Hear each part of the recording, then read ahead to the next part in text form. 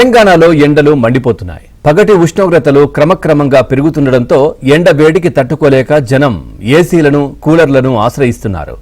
వాతావరణ శాఖ పలు ప్రాంతాలకు ఆరెంజ్ అలర్ట్ జారీ చేసింది. నిన్న మంచిర్యాల జిల్లా కాసిపేట మండలం కొండాపూర్లో అత్యధికంగా 43.1 డిగ్రీల గరిష్ట ఉష్ణోగ్రత నమోదైనట్లు తెలిసింది.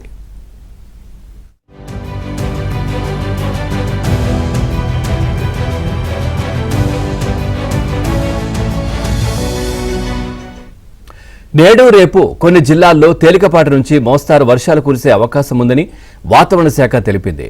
కొన్ని చోట్ల ఉరుములు మెరుపులతో పాటు గంటకు 30 నుంచి 40 కిలోమీటర్ల వేగంతో కూడిన ఈదురు గాలులతో వర్షాలు కురిసే అవకాశం ఉందని వెల్లడించింది. ఇవాళ ఖమ్మం, భద్రాద్రి కొత్తగూడెం, సూర్యాపేట, నల్గొండ, యాదాద్రి, నాగర్ కర్నూల్, ములుగు, భూపాలపల్లి, హన్మకొండ, జనగాం జిల్లాల్లో అక్కడక్కడ వర్షాలు కురిసే అవకాశం ఉందని పేర్కొంది. రేపటి నుంచి 14 నుంచి ఎండల తీవ్రత మరింత పెరిగే అవకాశం ఉందని వాతావరణ శాఖ హెచ్చరించింది.